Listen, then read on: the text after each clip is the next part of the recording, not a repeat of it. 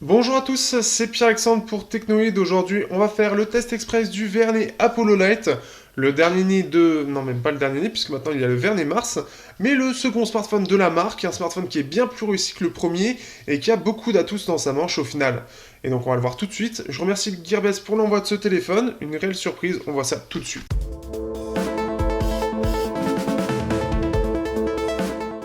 Au niveau du design, on est sur un appareil de 5.5 pouces avec un écran 2,5D.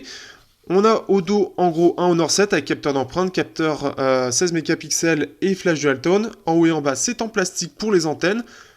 Port USB type C, bonne chose. On a un seul haut-parleur sur les deux, ça fait comme les Honor. En façade, on a droit à un OnePlus One ou Oppo Find 7. Donc c'est quelque chose qui est plutôt réussi. Par contre, la tranche ici plastique est inesthétique puisqu'elle va se casser, elle est trop rigide. Donc vous pouvez être remboursé par Vernet, soit faire un échange. Et vous avez le problème de la poussière qui se met autour du cadran, autour du verre, comme si c'était un petit peu trop large. Et ce qui fait que c'est un petit peu dommage, c'est pas très esthétique non plus. Et ça peut se mettre aussi ici, mais au-delà de ça, l'appareil est bien fait. On a quelque chose de bien. Au niveau de la prise en main, dernière petite chose, on a droit... alors, les bords, en fait, sont un petit peu tranchants. Le chanfrein est pas assez grand ou assez mal fait. Ce qui fait que ça fait légèrement tranchant. Mais dans l'ensemble, c'est plutôt bon, surtout que c'est un petit peu arrondi. Donc, ça aide un peu pour la prise en main au dos. Au niveau de la surcouche, bonne nouvelle pour ceux qui aiment bien Android pur, c'est le cas du Vernet comme pour le Vernetor. Donc on est sur Android 6.0, sachant qu'il est mis à jour toutes les semaines, non pas toutes les semaines malheureusement, mais tous les mois. Android 7.0 est d'ailleurs annoncé pour décembre, pour ceux qui veulent le savoir. Au niveau d'Android en lui-même, donc on a droit à un appareil qui est sous Android pur, et vraiment pur, avec juste le Play Store et Maps, et après des choses vraiment AOSP. Donc par exemple ici le lecteur de musique qu'on a sur AOSP qui n'est plus sur par exemple les Nexus où on a le Play Store. Au-delà de ça, donc on a 4 Go de RAM, donc en plus de ça, c'est plutôt bien pour tout ce qui est multitâche. Bon là, je l'ai redémarré, donc forcément, ça ne va pas fonctionner, mais si j'en lance plusieurs, ça va bien fonctionner, donc ça c'est plutôt cool. On a droit à 4 Go de RAM, on a droit à 32 Go de ROM aussi, ce qui est plutôt bien.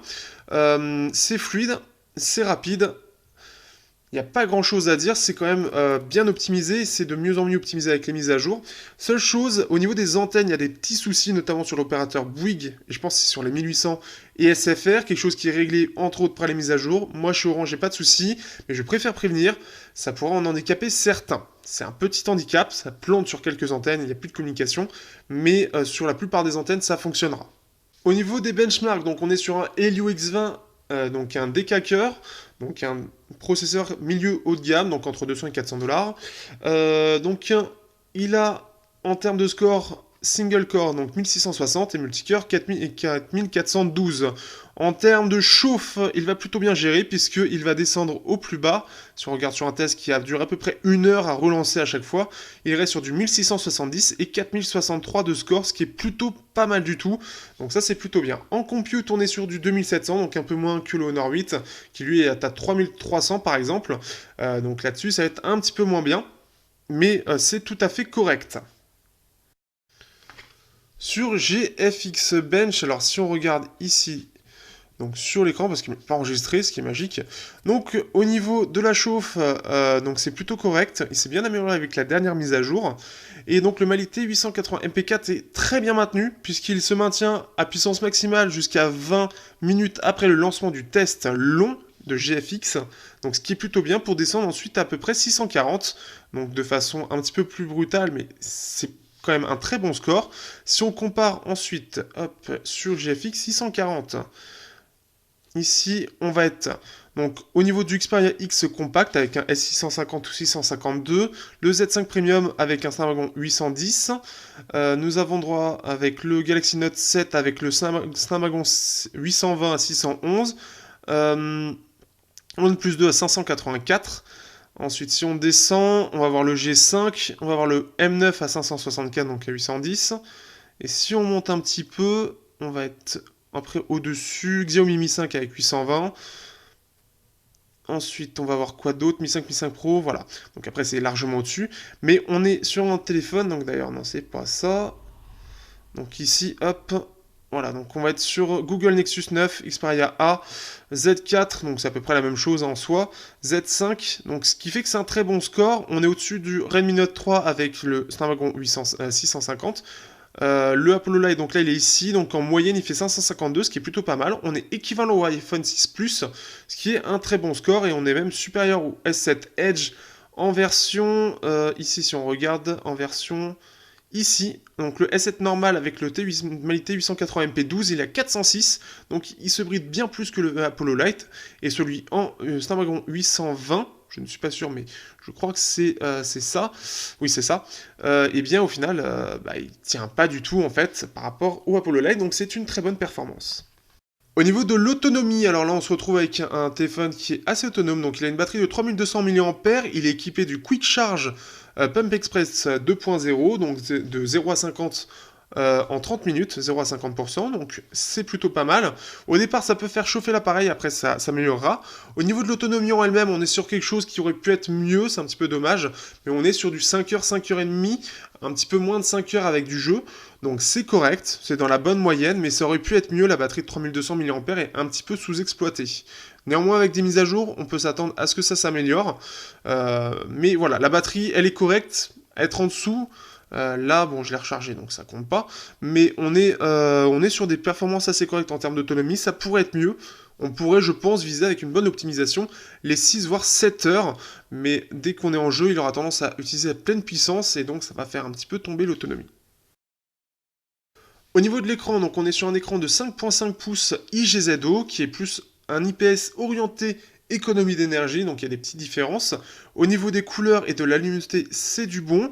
Au niveau de tout ce qui est angle de vision, c'est du bon aussi. En plus de ça, on peut gérer les couleurs en allant tout simplement dans affichage et ensuite Miravision. Donc ça c'est plutôt cool, on va pouvoir gérer le contraste, saturation, luminosité, netteté, température, contraste dynamique, et même on va pouvoir gérer la lumière bleue en l'activant. Pas très pratique pour aller à l'option, mais au moins elle a le mérite d'exister de base, donc ça c'est plutôt cool.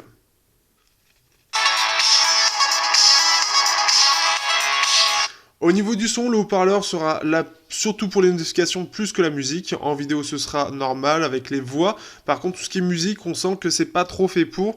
C'est vraiment de l'entrée de gamme. Donc ça passera, mais ce n'est pas extraordinaire non plus. C'est à peu près puissant, mais c'est pas non plus extraordinaire. C'est dans la moyenne, mais rien d'extraordinaire là-dessus. Donc c'est pas un haut-parleur vraiment génial. C'est tout ce qu'il y a de plus moyen. Par contre, au niveau de la jack, j'étais assez surpris pour le prix. Il s'en sort très bien aussi en termes d'alimentation de casque ou simplement du son qui est plutôt neutre. Après, si vous aimez tout ce qui est un petit peu plus sympa, donc vous avez toujours l'égaliseur qui est efficace, l'égalisateur de base Android, et vous avez pour certains, s'ils ont un casque assez sympa, vous avez le mastering pour ceux que ça parle, donc optimisation audio pour casque qui va amplifier toutes les fréquences, donc ça peut plaire à certains. Donc globalement, son en jack, j'ai plutôt apprécié, surtout pour le prix, c'est vraiment correct. En photo, on se retrouve avec un capteur de 16 mégapixels à l'arrière, un 16 mégapixels qui est assez correct, surtout quand on est dans de bonnes conditions, il peut faire des photos qui pour le prix sont plutôt pas mal, il gère plutôt bien le HDR, donc ça c'est des bonnes choses. Par contre, dès qu'on sera sur des conditions lumineuses assez basses, comme on peut le voir ici, au niveau du détail, ça va vraiment s'effondrer même par rapport à la concurrence, ça sera correct, mais vraiment c'est assez moyen. Donc ça c'est un petit peu dommage, là. C'est pas du tout intéressant. Ensuite, qu'est-ce que je peux avoir d'autre comme exemple? Si on compare ici, j'ai parfois un peu de mal, en fait, il a un petit peu de mal parfois à faire des photos, on va dire, de qualité en intérieur surtout, ça va être une grosse faiblesse pour lui, là c'est plutôt pas mal d'ailleurs, il s'en sort plutôt bien, il faut surtout s'y refaire à plusieurs fois pour avoir quelque chose de sympa, c'est le truc un peu dommage. Il gère plutôt bien le HDR, la 4K n'est plus de la partie, parce qu'elle chauffait trop, elle avait tendance à faire surchauffer le téléphone, mais devrait revenir sur une prochaine mise à jour, il faut faire attention à ça, que vous soyez au courant, vous pouvez toujours faire du 1080p. À l'arrière, c'est plutôt pas mal. Il prend des photos assez correctes, donc de bonne qualité. Alors là, c'est juste un aperçu. Bon, en intérieur, voilà, pareil, ça va pas être extraordinaire, mais en bonne condition, il peut faire des bonnes photos aussi.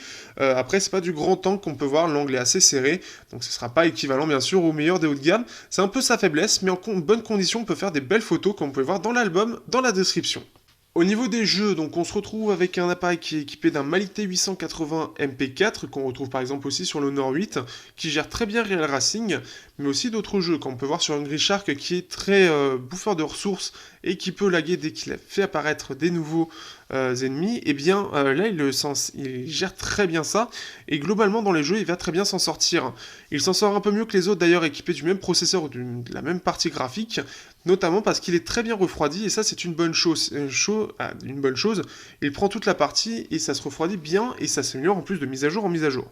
Donc pour l'appareil à 200 €, il s'en sort très bien, c'est même assez étonnant, il se sort aussi bien que des téléphones à 400 € à peu près, donc des très bonnes performances, et il gère bien le processeur. Alors que dire de ce smartphone, de ce Apollo Lite? Eh bien au départ j'étais un petit peu dubitatif, surtout sur la fin avec le Vernetor, je l'ai bien aimé, mais avec la jack qui a claqué, et au final ça arrivait à pas mal de monde malheureusement, eh bien je me suis posé des questions, notamment sur le rapport qualité-prix de l'appareil, qui était quand même assez agressif aussi, et puis ça faisait un petit peu cheap, et je m'en attendais pas grand-chose au final. Et au fur et à mesure de l'utilisation, je me suis rendu compte qu'il était vraiment très bon pour le prix, et équivaut parfois à l'utilisation entre un téléphone de 300 à 400 €. 400 €, pas forcément 400 € sur la partie photo, ou la finition elle-même, qui est un peu moins bonne, c'est un peu moins bien pensé, mais globalement, le téléphone est vraiment réussi, j'ai vraiment bien aimé. La seule réelle ombre au tableau, enfin les deux ombres au tableau, c'est ici la tranche plastique qui se fissure à certains endroits. C'est pas grave, mais c'est surtout esthétique. Sur la version blanche, ça va vraiment se voir. Donc ça, c'est un petit peu dommage. L'autre chose un petit peu dommage, c'est au niveau des antennes, où sur certains endroits, notamment en France, eh bien, certaines antennes, en fait, il va planter sur certaines antennes qui ne vont pas communiquer. Donc ça, je préfère le redire, pour que tout le monde soit bien au courant du problème. Donc n'hésitez pas à poser vos questions si vous voulez en avoir un petit peu plus, avoir un peu plus d'informations. Néanmoins, l'ensemble de l'appareil s'en sort très bien, le capteur d'empreinte s'en sort très bien aussi d'ailleurs, il est de bonne qualité. Globalement, l'écran, le capteur d'empreinte, l'appareil photo en bonne condition, et ça s'améliore avec les mises à jour en plus de ça. Charge rapide, 3200 mAh, on peut mettre une micro SD, on peut mettre dual SIM, il gère toutes les bandes 4G. Globalement, c'est un appareil qui est vraiment réussi. Vraiment réussi, et au final, quand on regarde, avec le recul, avec 2 mois de test au lieu d'un, j'ai préféré vraiment prendre mon temps pour cet appareil-là, pour me faire une idée globale. Eh bien, il est vraiment réussi, et beaucoup mieux réussi que ce que j'aurais pensé, surtout avec mauvais départ au final du tort sur la fiabilité. Donc là-dessus, ça a l'air d'être très bien parti, Nougat est annoncé aussi. Le prix est agressif, on peut voir le Vernet Mars qui est un peu plus cher alors qu'il est moins puissant, mais on voit en fait c'est surtout au niveau de la finition où ils ont fait des concessions. Néanmoins, l'appareil en lui-même est bien conçu, et c'est assez étonnant. Ils se mettent en face de Xiaomi, ils veulent se mettre en termes de challenger face à Xiaomi, et pour l'instant c'est bien parti. Si vous voulez que je teste le Vernet Mars, pour ceux qui sont intéressés, n'hésitez pas à me le dire, ou un autre appareil via Gearbest, n'hésitez pas. En tout cas, je vous dis à bientôt, merci à Gearbest en tout cas pour l'envoi de l'appareil. Au final, je l'utilise carrément au quotidien, donc c'est pour vous dire que je suis bien emballé. Le seul souci pour moi, c'est la photo qui ne peut pas suivre forcément ce que fait le Honor 8 par exemple, qui s'en sort très bien, même le Zenfone 3 qui est bien meilleur, mais globalement il s'en sort bien, et c'est quand même pour moi une surprise, surtout après 2 mois, je me rends compte vraiment que l'appareil, pour le prix, est vraiment très intéressant. Donc voilà, sur ce, à bientôt sur Technoid pour un prochain test.